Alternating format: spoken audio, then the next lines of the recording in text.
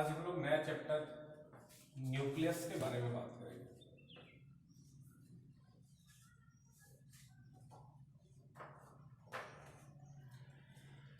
Nucleus जो होता है, जैसे इससे पहले मैंने आपको एटम पढ़ाया था, तो एटम का जो सेंट्रल कोर होता है उसको हम न्यूक्लियस कहते हैं।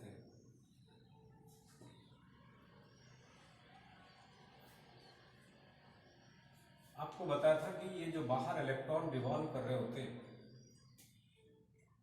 इन सब के सेंटर में जो एक सेंट्रल कोर होता है उसको हम न्यूक्लियस कहते हैं।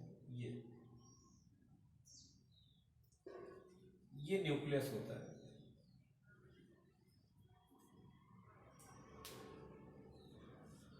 और इस सेंट्रल कोर में अगर हम इनके कंस्टिट्यूएंट्स की बात करें कि इनके अंदर होते क्या हैं, तो इनके अंदर दो चीजें होती हैं। एक प्रोटॉन होता है और एक न्यूट्रल पार्टिकल होता है जिसे हम न्यूट्रॉन कहते हैं।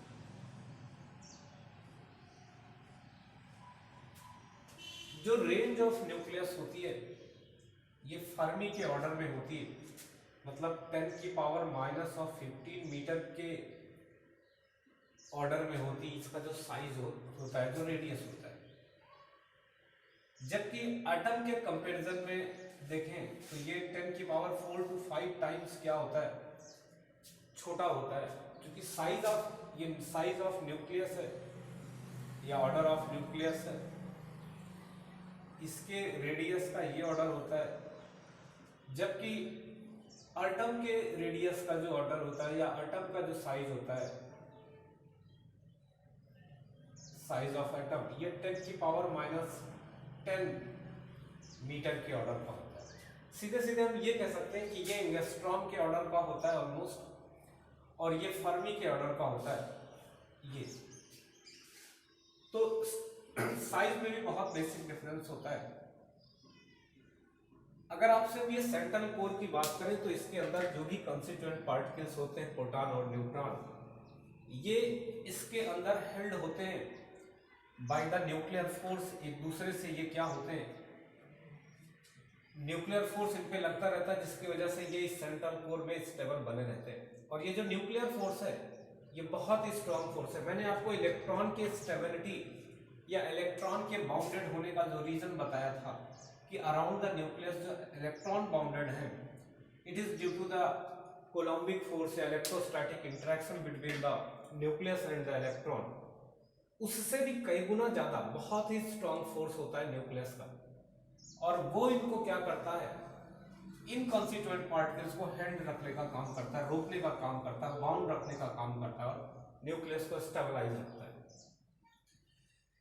अगर हम देखें तो इस पूरे एटम का जो मास होता है, उस मास का अगर हम कंपैरिजन करें इलेक्ट्रॉन और न्यूक्लियस के कंपैरिजन में, तो आप ये समझिए कि जो न्यूक्लियस का मास होता है वो तकरीबन 98% से भी ऊपर मास क्या होता है, न्यूक्लियस का होता है।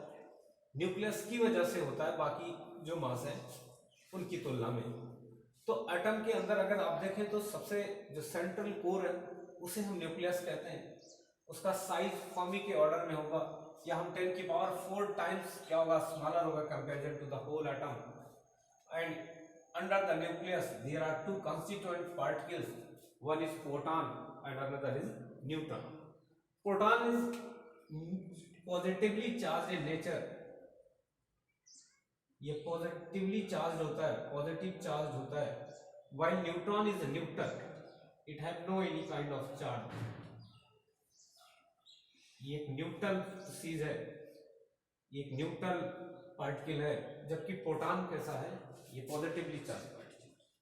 प्रोटॉन पर जो चार्ज होता है अगर हम बात करें तो इलेक्ट्रॉन और प्रोटॉन दोनों पर चार्ज का मैग्नीट्यूड इक्वल होता है। इस पर जितना चार्ज होता है उतना ही चार्ज इस पर भी होता है, बस इसका पॉजिटिव नेचर का होता है। और इलेक्ट्रॉन पे जो चार्ज होता है वो कैसा होता है, नेगेटिव नेचर का होता है। और रीजन यही होता है कि ओवरऑल एटम जो होता है, आइसोलेटेड एटम, वो न्यूट्रल होता है। मतलब अगर चार्ज ऑफ प्रोटॉन की हम बात करते हैं तो चार्ज ऑफ प्रोटॉन भी क्या होता है, प्लस में ई होता है। और अगर चार्ज ऑफ इलेक्ट्रॉन की बात करें तो चार्ज ऑफ इलेक्ट्रॉन जो होता है ये माइनस ऑफ ई होता है। मैग्नीट्यूड दोनों का सेम होता है, बस फर्क किस में होता है, नेचर में होता है। उसका पॉजिटिव नेचर का चार्ज होता है और इसका नेगेटिव नेचर का चार्ज होता है। ये थोड़ी सी बेसिक इंफॉर्मेशन है न्यूक्लियस की।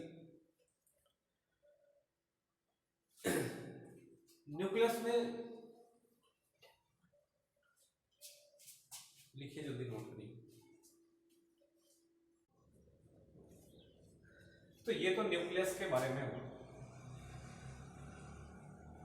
अब न्यूक्लियस के अंदर न्यूक्लियॉन्स के होल्ड होने का जो रीजन है, इन्हीं को हम न्यूक्लियॉन्स कहते हैं। ये जो आपके नंबर ऑफ न्यूट्रॉन और प्रोटॉन के नंबर है, इन्हीं के टोटल सम को हम न्यूक्लियॉन्स कहते हैं। ए से रिप्रेजेंट करा जाता है, जैसे न्यूक्लियस को हम रिप्रेजेंट कर रहे हैं किसी भी एटम के न्यूक्लियस को, तो ये जो ए रिप्रेजेंट करते हैं ये क्या होता है, ए ओवर जेड जो ऐसे आप रिप्रेजेंट करते थे, तो ये ए जो है ये आपका मास नंबर है। और इसी को हम क्या बोलते हैं, न्यूट्रॉन प्लस प्रोटॉन, इन दोनों का नंबर होता है, या इसी को हम क्या बोल देते हैं, न्यूक्लियॉन्स कहते हैं। न्यूक्लियॉन्स का मतलब ही होता है न्यूट्रॉन और प्रोटॉन, इन दोनों के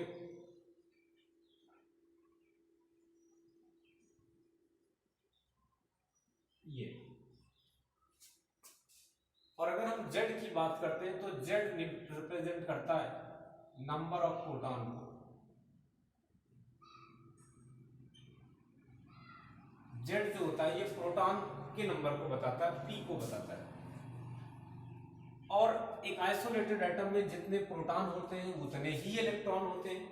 तो हम क्या करते हैं, इलेक्ट्रॉन को भी बताते हैं। जब ये पूरा एटम होता है तो ये नंबर ऑफ इलेक्ट्रॉन भी यही होता है, लेकिन ये आइसोलेटेड स्टेट के लिए, किसी एटम के आइसोलेटेड स्टेट के लिए सही है। उसमें क्या ना हो, इलेक्ट्रॉन का एक्सचेंज ना हुआ हो, कहीं से इलेक्ट्रॉन आया ना हो बाहर से, या इलेक्ट्रॉन का लॉस ना हुआ हो। बाकी ये प्रोटॉन का नंबर है, ये तो फिक्स रहता है जेड। तो कभी कभी आपसे पूछा जाता है फिर न्यूट्रॉन कितना होगा, तो न्यूट्रॉन की वैल्यू मैंने आपको बताया कि ए जो होता है ये होता है न्यूट्रॉन प्लस प्रोटॉन, और जेड होता है केवल प्रोटॉन। तो यहां की जगह पे अगर हम जेड रख देंगे तो यहां से न्यूट्रॉन निकाल सकते हैं। प्रोटॉन की जगह पर अगर जेड रख देते हैं तो ए इक्वल्स टू क्या हो जाएगा, एम प्लस जेड। तो यहां से एम क्या आ जाएगा, न्यूट्रॉन का नंबर जो होगा वो होगा ए माइनस जेड। तो न्यूट्रॉन क्या होता है, ए माइनस जेड। प्रोटॉन का नंबर जेड ही होता है, ठीक है। तो कभी भी आपको न्यूक्लियस के लिए अगर कंप्लीट एक का नंबर आपको बताना है, या आपको न्यूट्रॉन दिए हुए, सॉरी प्रोटॉन दिए हुए हैं, आपको मास नंबर उसका मालूम है, तो आप क्या निकाल सकते हैं, उसमें नंबर ऑफ न्यूट्रॉन्स को कैलकुलेट कर सकते हैं इस तरीके से। एम से हम क्या कर देंगे, केमिस्ट्री में आगे आपने कुछ चीजें इसमें बेसिक तौर पे पढ़ी भी होगी कि जिनका ए सेम होता है उसे हम क्या बोलते हैं, आइसोबार कहते हैं, ठीक है। और जिनका जेड सेम होता है उन्हें हम क्या कहते हैं, आइसोटोप कहते हैं। ये दो टर्म भी वहां पर आपने सुना होगा एटम के लिए। एक होता है आइसोबार जिनका क्या हो, ए सिमिलर होता है, और ऐसे भी चीज होती हैं जिनका जेड सेम होता है उन्हें आइसोटोप कहते हैं। ये जो आइसोटोप होते हैं इनका जेड सेम होगा।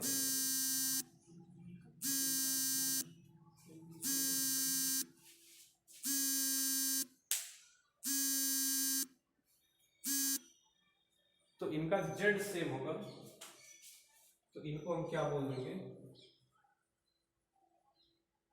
आइसोटोप कहेंगे। और आइसोबार में क्या होगा, ए सिमिलर।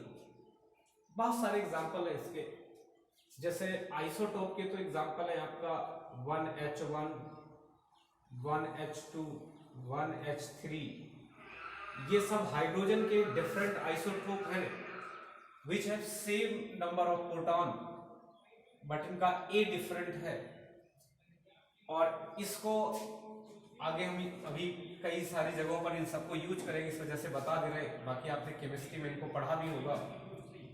इसको बोलते हैं प्रोटियम, और इसे H से रिप्रेजेंट भी करते हैं। इसको बोलते हैं ड्यूटीरियम, नीचे दिख रहा है,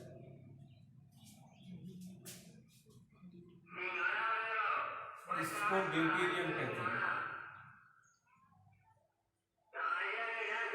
और इसको जो रिप्रेजेंट करते हैं वो कैपिटल D से रिप्रेजेंट करते हैं, और इसको ट्राइटियम कहते हैं। It is radio active in nature. ये आपका जो है आइसोटोप वो क्या है, ट्राइटियम है, ये रेडियो एक्टिव नेचर का होता है। तो अगर हम इसमें आपसे कहें कि आप इसमें नंबर ऑफ न्यूट्रॉन को कैलकुलेट करके बताइए protium isotope of the hydrogen, then in the protium isotope of hydrogen, protium isotope of hydrogen में अगर हम n का नंबर करते हैं तो ये 1H1 है, इसका A कितना है 1 है, इसका Z कितना है 1 है, तो इसका नंबर ऑफ प्रोटॉन कितना होगा A माइनस Z, मतलब 1 माइनस 1 0। आपसे पूछा जाता है कि हाइड्रोजन या कौन सा ऐसा आइसोटोप है या कौन सा ऐसा एटम है जिसके अंदर क्या होता है, न्यूट्रॉन एब्सेंट होता है, then it is the isotope of hydrogen that is called the protium 1H1. It has no neutron, it has single proton at its nucleus and one electron outside of the nucleus. तो hydrogen atom जो होता है वो बहुत simply constructed है कि one nucleus, simple nucleus है, इसके अंदर केवल और सिर्फ केवल एक प्रोटॉन है, और इसके बाहर पहली एक सेल है, उसके अंदर एक इलेक्ट्रॉन है। ये इसके लिए मैंने बहुत सारी चीजें आपको डिटेल में भी एटम में पढ़ाई थी, और हाइड्रोजन लाइक एटम के लिए पूरा आपको इसके ट्रांजिशन की डिफरेंट स्पेक्ट्रल सीरीज भी बताई थी, लाइमन, बामर, पास्टन, ब्रैकेट, फुंड, सब डिस्कस करा था। तो एटम वाला टॉपिक तो आपका हो गया है। यहां से इसके न्यूक्लियस पे आते हैं, तो इसका न्यूक्लियस भी जितना इसका एटम सिंपल है उतना इसका न्यूक्लियस भी सिंपल है, बिकॉज यहाँ पर क्या है, एक सिंगल प्रोटॉन है और न्यूट्रॉन भी एब्सेंट है, तो ओनली प्रोटॉन यहाँ पर है। क्लियर, नोट करिए इसको।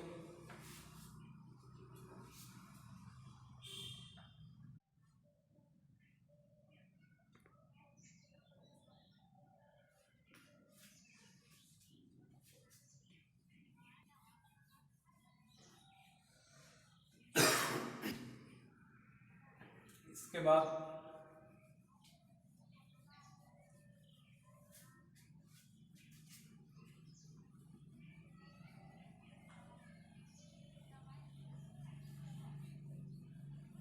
अगर हम मास ऑफ द न्यूक्लियस की बात करते हैं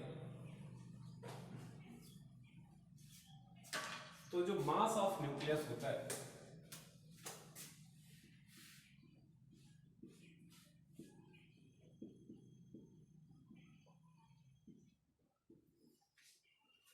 वो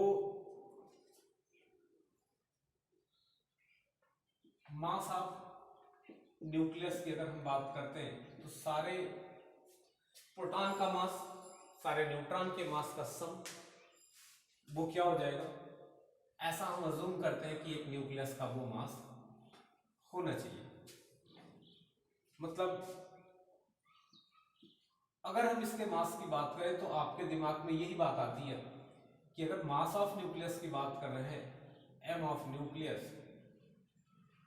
तो यही होना चाहिए कि नंबर ऑफ प्रोटॉन जो होते हैं वो जेड के बराबर होते हैं, और इनटू में mass of one proton Z into mass of one proton, चूंकि Z के बराबर प्रोटॉन है और एक प्रोटॉन का क्या हो जाएगा मास लिख देंगे, तो एक प्रोटॉन के मास को अगर हम mp से लिख देते हैं तो ये हो जाएगा। प्लस में आप ये सोचेंगे कि जो है न्यूट्रॉन का जो मास, न्यूट्रॉन का जो नंबर होता है वो a माइनस जेड होता है, और एक न्यूट्रॉन का मास अगर mn से लिख दे तो ये न्यूक्लियस का मास होना चाहिए,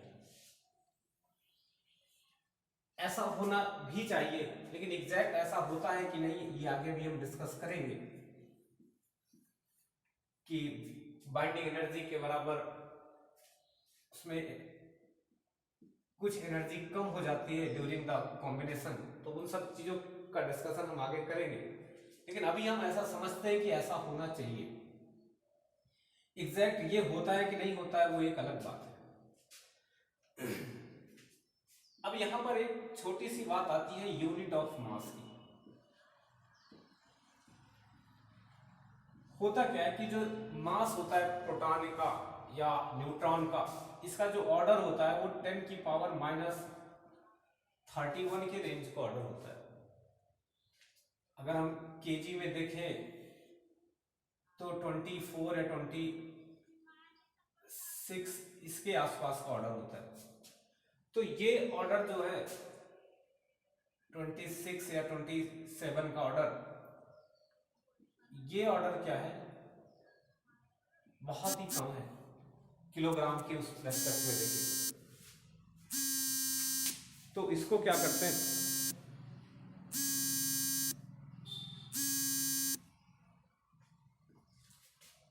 तो इसको करने के लिए क्या करते हैं, यूनिट ऑफ मास को अगर हमको देखना है तो यूनिट ऑफ मास देखने के लिए क्या करते हैं, एक नई यूनिट बनाते हैं जो इसके रेंज में आए, इसके रेंज में, जिससे न्यूक्लियस डिफाइन हो।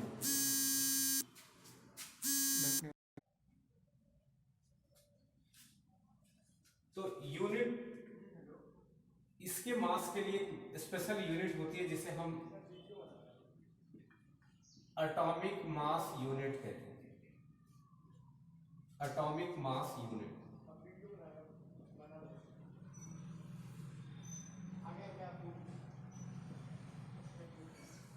इस एटॉमिक मास यूनिट के लिए हम क्या करेंगे, इसको U से रिप्रेजेंट करते हैं और ये बिल्कुल सिंपल यूनिट है, और इसका जो ऑर्डर होगा वो हम ऐसा लिख सकते हैं कि ये ऑर्डर जो आएगा अभी वो एक न्यूक्लियस या एक न्यूट्रॉन या एक प्रोटॉन, मतलब न्यूक्लियॉन्स के रेंज का ऑर्डर होगा।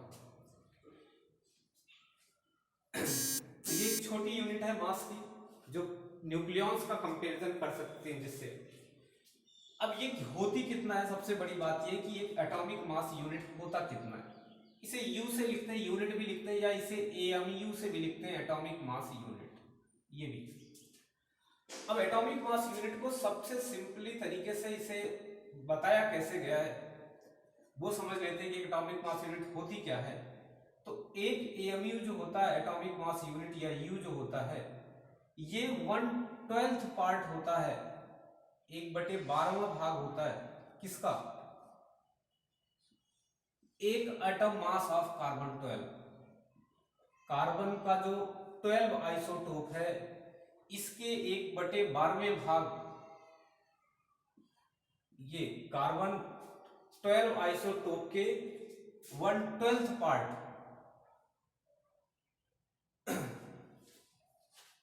का जो एटम होता है, मतलब हम क्या कह रहे हैं कि 1/12 भाग कार्बन 12 आइसोटोप वाले एक एटम का मास, ठीक है ना। तो एटॉमिक मास यूनिट क्या होता है, मास ऑफ, ये होता है mass of 1/12 part of 1/12 part of 1 atom of carbon 12 isotope. अब आप कहेंगे कि कार्बन 12 लिया तो फिर उसके एक एटम का मास नापते, उसे सबको कंपेयर करते। हमने और सिंपल यूनिट बनाने की कोशिश करी, हाइड्रोजन के जैसे यूनिट बनाने की कोशिश करी। उससे क्या हुआ कि अगर इसका 12 AMU आता इसका मास, तो उसका 1/12वां भाग ले लिया कि और एकदम सिंपल रहे, बिल्कुल सबसे सूक्ष्म छोटी से यूनिट हो जिससे हम कंपेयर कर सके प्रोटॉन न्यूट्रॉन के मास को या और चीजों के मास को। तो 1/12वें भाग लेंगे कार्बन 12 आइसोटोप का। तो सबसे पहली बात है कि इसका वैल्यू कितना आएगा। एक तो आपको अगर ये मालूम हो कि कार्बन के एक एटम का मास कितना होता है, तो उससे आप कर सकते हैं। कार्बन के एक एटम का मास अगर आपको पता हो तो उसको 12 से डिवाइड कर देंगे तो 1 MU की वैल्यू पता पड़ जाएगी। दूसरा, हम अगर आपसे पूछना चाहें कि कार्बन के एक एटम का मास होता कितना है, तो आप क्या बताएंगे? Mass of one atom of carbon 12। तो ये खुद अपने आप में एक क्वेश्चन कि ये आपको कैसे मालूम होगा, आप इसको कैसे निकालते हैं, आप इसको जानते क्या हैं? तो एक बेसिक यूनिट आपने पढ़ी होगी अमाउंट की केमिस्ट्री में, जिसे हम मोल कहते हैं। मोल क्या है? ये अमाउंट है, और ये अमाउंट कितना है अगर आपसे ये पूछा जाए तो 1 मोल का मतलब होता है किसी चीज के n एटम्स या n मॉलिक्यूल या n आयन या n पार्टिकल, या हम बोलेंगे कि n एटम। 1 मोल के अंदर कितने एटम होते हैं? n एटम होते हैं, ठीक है। और अगर 1 मोल के अंदर n एटम होते हैं तो उस n एटम में अगर Na की वैल्यू पूछी जाए क्या होती है, तो ये होता है अवोगाड्रो नंबर।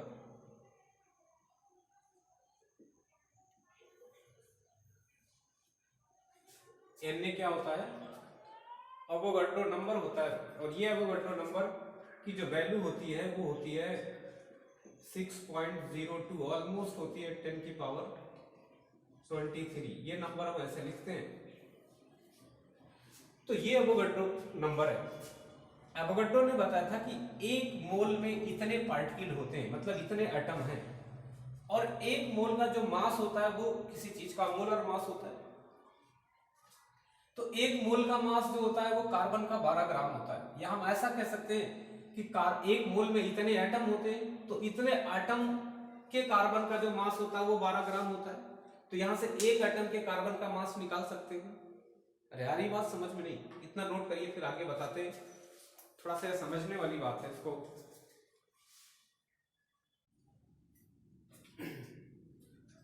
तो ये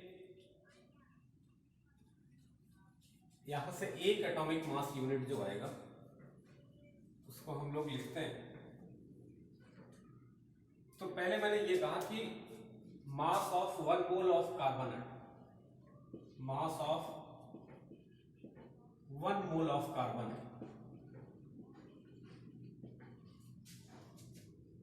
कार्बन 12, ये जो होता है ये होता है 12 ग्राम, ठीक है। और इसका क्या मतलब हुआ? 1 मोल में कितने एटम होते हैं? एवोगाड्रो नंबर के बराबर, या 6.02 इंटू 10⁻23। तो हम ये लिख सकते हैं इसी बात को कि मास ऑफ 1 मोल कहें या इतने एटम कहें, mass of Na atom of carbon 12 ये कितना हो जाएगा? 12 ग्राम। इतनी बात क्लियर है? तो Na एटम का मास इतना है, या हम ये Na की जगह पे ये वैल्यू लिख सकते हैं कि इतने वैल्यू का मास इतना है। तो 1 एटम का मास कितना होगा? Mass of 1 atom of carbon 12 ये कितना होगा? Mass of 1 atom of carbon 12 कितना हो जाएगा?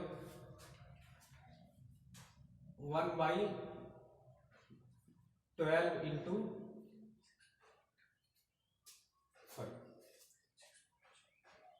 12 अपान में क्या हो जाएगा, यानी अरे जितना था उससे हमने क्या कर दिया, डिवाइड कर दिया।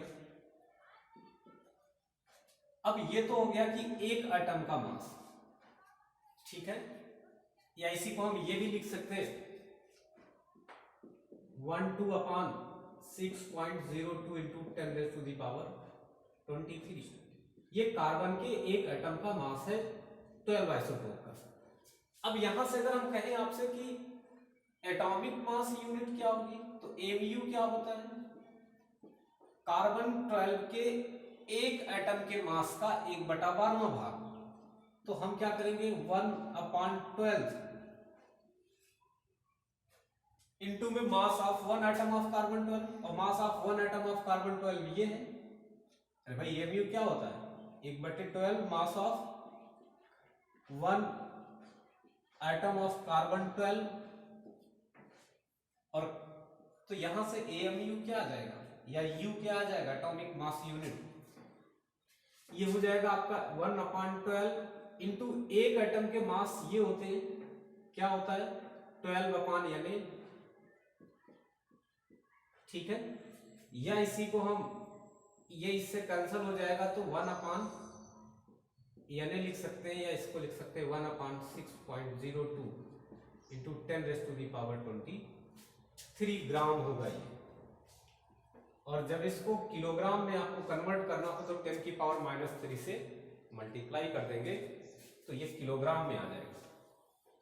इतने को हम एक एमयू कहेंगे, और इतने को एक एमयू कहेंगे मतलब 1/Na क्या है, एक एमयू है।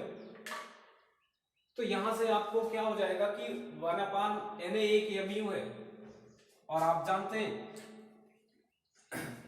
कि किसी चीज का एटॉमिक मास यूनिट में अगर आपको मास निकालना हो तो आप निकाल सकते हैं। क्लियर, नोट करिए इसको। तो एक एमयू की डेफिनेशन भी पता पड़ गई आपको, और होता क्या है ये भी आपको पता पड़ गया।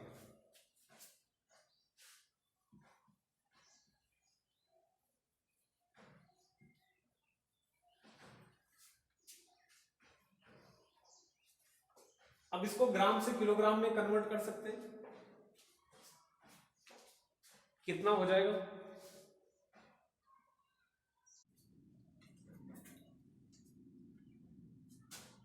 तो इसकी जो वैल्यू होगी वो तकरीबन 1 एमयू जो आती है 1/Na ग्राम आती है, 10⁻³ से मल्टीप्लाई कर देंगे तो ये केजी में हो जाएगी। तो ये ऑलमोस्ट एग्जैक्ट तो नहीं, लगभग आपको कैलकुलेशन के लिए 1.67 इंटू 10⁻27 किलोग्राम होता है एक एमयू, ठीक है।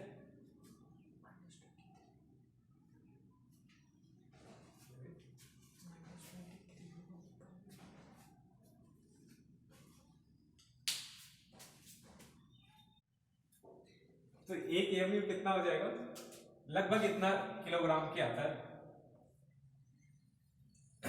अगर आपसे इनके हम मास की बात करते हैं कि लगभग इतना किलोग्राम आएगा, और ग्राम की बात करेंगे तो फिर 10⁻³ से मल्टीप्लाई कर देंगे, तो ये केजी में इसका कन्वर्जन है। अगर चाहे तो आप कर सकते हैं। वैसे किसी भी मास को आप एटॉमिक मास यूनिट में निकालना है तो कार्बन 12 का मालूम है तो आप क्या करते हैं, जनरली वहां पर हम ग्राम हटा के सीधे एमयू लगा दें तो वही 12 एमयू इसका मास भी हो जाएगा, अगर एमयू के टर्म्स में हमको लिखना है तो।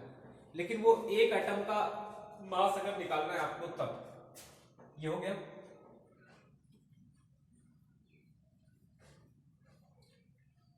जैसे आपने देखा था कि carbon mass of one atom of carbon 12 क्या आया था, mass of one atom of carbon 12 आया था 12/Na।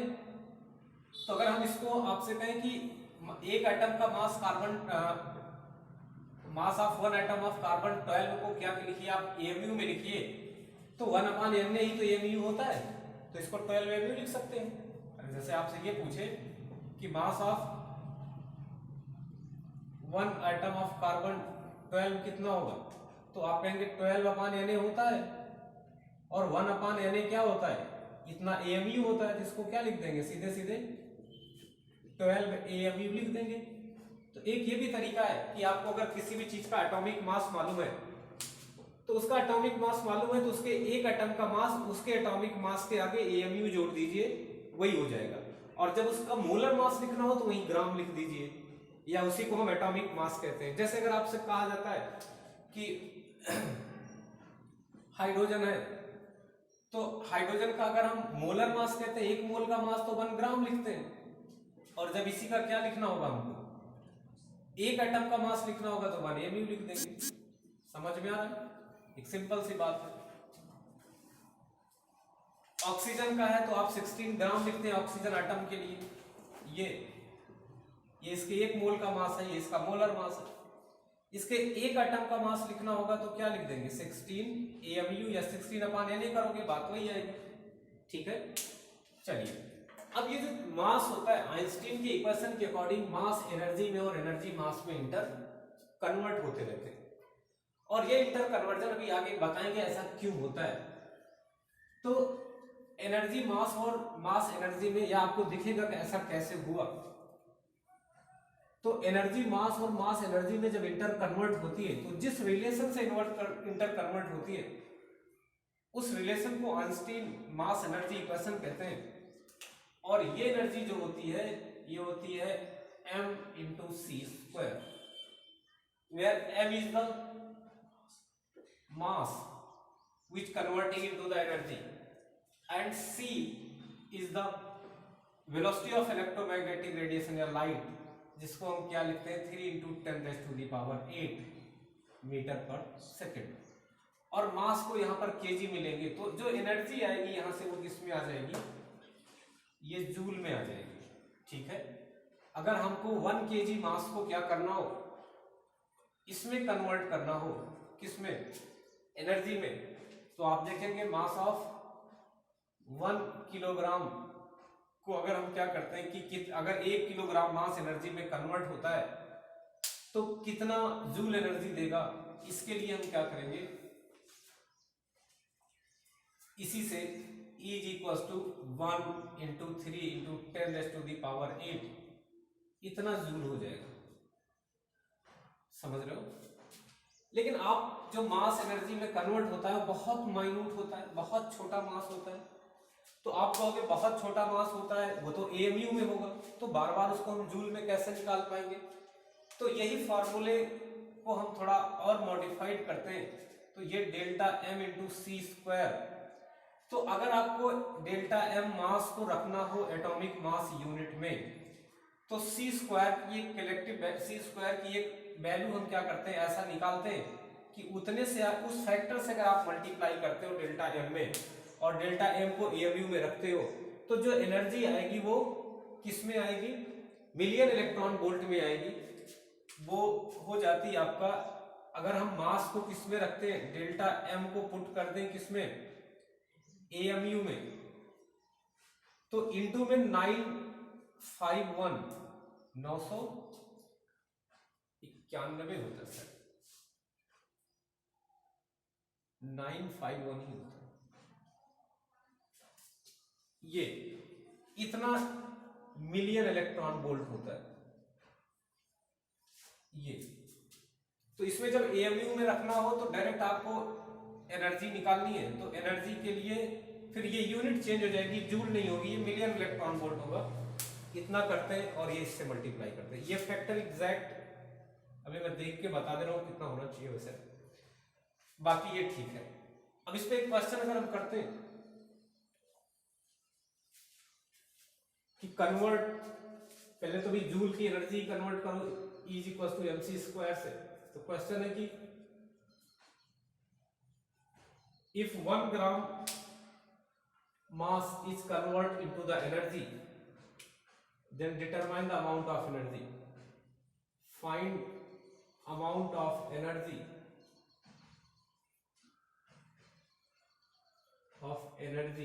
if 1 gram mass is converted into energy। तब आपको ये बताना है। तो जो E होगा ये क्या होगा, डेल्टा M इंटू सी स्क्वायर होगा, और डेल्टा M को 1 ग्राम दिया हुआ है तो 1 इंटू 10 की पावर -3 किलोग्राम हो जाएगा, और इंटू में सी स्क्वायर को रखेंगे, ये इसका स्क्वायर यहां पर होगा, तो सी स्क्वायर रखेंगे तो ये हो जाएगा 3.8 into 10 raise to the power 3.3 into 10 raise to the power 8, और इसका क्या करेंगे, स्क्वायर करेंगे, इधर दिख रहा है कॉर्नर पे। तो ये वैल्यू हो जाएगी आपकी E इज इक्वल टू 3 3 जा 9 हो जाएगा ये, और ये 10 की पावर 16 हो जाएगा, और इंटू में 10 की पावर -3, तो ये -3 और +16 कितने हो जाएंगे, 13 प्लस 10 की पावर +13 जूल। तो इस तरीके नोट कर लीजिए।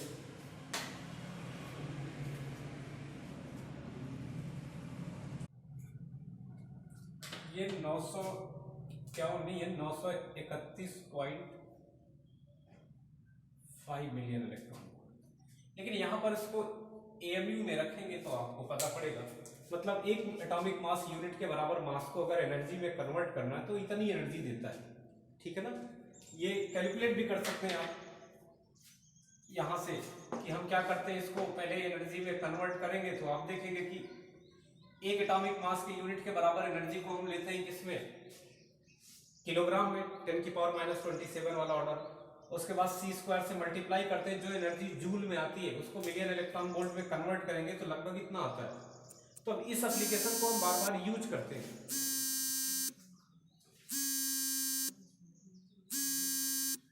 तो बार बार यूज करते हैं किसमें, किसी भी क्वेश्चन को सॉल्व करने में। जैसे आपसे पूछा जाता है कि अगर हम क्या करते हैं कि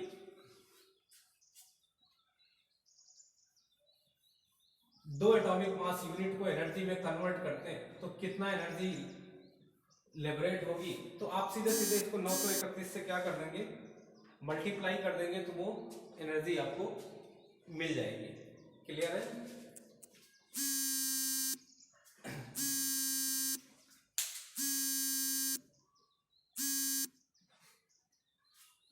अब यहां पर दूसरा जो टर्म है, एक टर्म है बाइंडिंग एनर्जी, इसको पढ़ते हैं हम लोग। क्या होता है बाइंडिंग एनर्जी? बाइंडिंग एनर्जी वो एन अमाउंट ऑफ एनर्जी होती है जो किसी भी न्यूक्लियस को बनने के दौरान, जब न्यूक्लियस मिक्सअप हुए होते हैं तो रिलीज होती है, उसी को हम क्या बोलते हैं, बाइंडिंग एनर्जी कहते हैं। या हम ऐसा बोल सकते हैं कि बाइंडिंग एनर्जी वो एनर्जी होती है जब हमको न्यूक्लियस के अंदर जितने न्यूक्लियॉन्स हैं उन सबको सेपरेट आउट करने के लिए जो अमाउंट ऑफ एनर्जी देनी पड़ती है। तो बात तो वही होगी कि जो उनके बनते समय जो एनर्जी रिलीज हुई होगी उतना अमाउंट ऑफ एनर्जी दे दो तो वो फिर से आइसोलेट हो जाएंगे, तो उस अमाउंट ऑफ एनर्जी को हम क्या कहेंगे, बाइंडिंग एनर्जी कहेंगे। क्लियर है। तो बाइंडिंग एनर्जी वो अमाउंट ऑफ एनर्जी होती है which is released during the formation of nucleus by its nucleons। अब जैसे जितने न्यूक्लियॉन्स मिल करके न्यूक्लियस का फॉर्मेशन करते हैं, वो आप देखते हैं कि वो सारे के सारे न्यूक्लियॉन्स का जो मास होता है वो एग्जैक्ट किसके बराबर नहीं होता है, न्यूक्लियस के बराबर नहीं होता है। जैसे अगर हम आपसे कहें कि कोई न्यूक्लियस है, तो ये न्यूक्लियस बना कैसे है, पहले इसके कंस्ट्रक्शन के बारे में समझते हैं कि ये न्यूक्लियस है, इसके अंदर जो न्यूक्लियॉन्स हैं वो न्यूक्लियॉन्स न्यूट्रॉन और प्रोटॉन है, ठीक है। अब इसमें जो न्यूट्रॉन का नंबर है वो अगर हम देखें तो a-z है, और जो प्रोटॉन का नंबर है वो क्या है, z के बराबर है। और मास ऑफ प्रोटॉन को हम mp से और मास ऑफ न्यूट्रॉन को mn से लिखते हैं। तो आप कहेंगे कि जो मास ऑफ न्यूक्लियस होना चाहिए suppose that mass of nucleus जो है उसको कैपिटल Mn से लिख देते हैं, ये मास ऑफ न्यूक्लियस है। तो देखा यह गया कि जो मास ऑफ न्यूक्लियस है और जो मास ऑफ टोटल न्यूक्लियॉन्स है,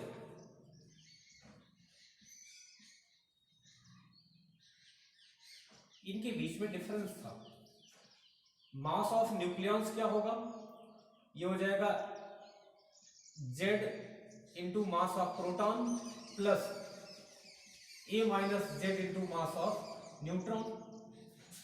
और जब देखा गया कि ये वैल्यू और ये वैल्यू दोनों इक्वल नहीं थी, तो जितने का कम ज्यादा हुआ था उसी एनर्जी के बराबर ये एनर्जी रिलीज किया था बनते समय, और उतना अमाउंट ऑफ एनर्जी देने पे ये आइसोलेट होगा, तो उसी को हम बाइंडिंग एनर्जी कह देते हैं। अगर उतने मास को हम एनर्जी में कन्वर्ट कर दें तो वही अमाउंट क्या हो जाएगा, बाइंडिंग एनर्जी हो जाएगा। ठीक है, तो बाइंडिंग एनर्जी समझ में आ रहा है क्या है, और उसी टर्म को हम मास डिफेक्ट कह देते हैं। तो ये फिर नेक्स्ट टर्म पे बताते हैं, इतना नोट कर लीजिए।